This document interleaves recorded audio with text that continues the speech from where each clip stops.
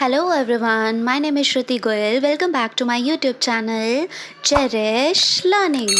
So in the last video we studied about nouns. In this video we will do the types of noun. So without any delay, let's start the class. Here is the list of types of noun. Number 1, proper noun, common noun, collective noun, abstract noun and material noun. Along with that, we will do countable and uncountable noun also. Let's start with the proper and common noun. We will start with the definition of proper noun. Proper nouns are the names of particular person, place or a thing. For example, Shivam, Delhi, Ganga, etc. Next, common noun. Again, with the definition first. Common nouns are the names of the same kind or class. Example, boys, girls, trees, etc. So this was the definition.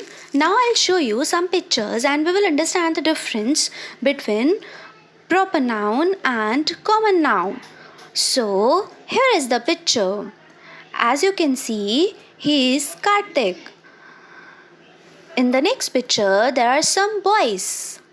Now Karthik is proper noun because of particular name of a person. Boys are common noun because there is no particular name. Now let's take another example. Here is the picture.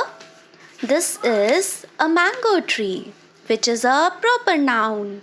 Next picture, there are some trees, which is a common noun because we don't know any name. So if I say a book, then it is common noun. But if I say the jungle book, then it is proper noun because here is particular name. Let's do one question with me now. You have to write the proper noun for these common nouns. Number 1, flower. You can write any flower name. I have written rose and lotus. Next, birds. Again you can write any bird name. I have written peacock and parrot. Next, fruits. Mango and pineapple.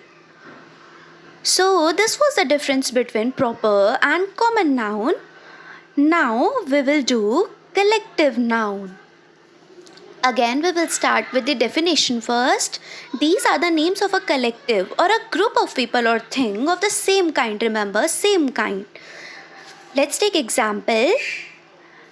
Here is the picture and this is a cluster of stars, means group of stars. Next, a bunch of flowers means group of flowers. Let's do one question.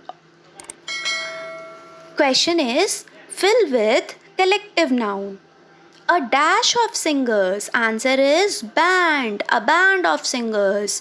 Next, a dash of keys. Answer is bunch.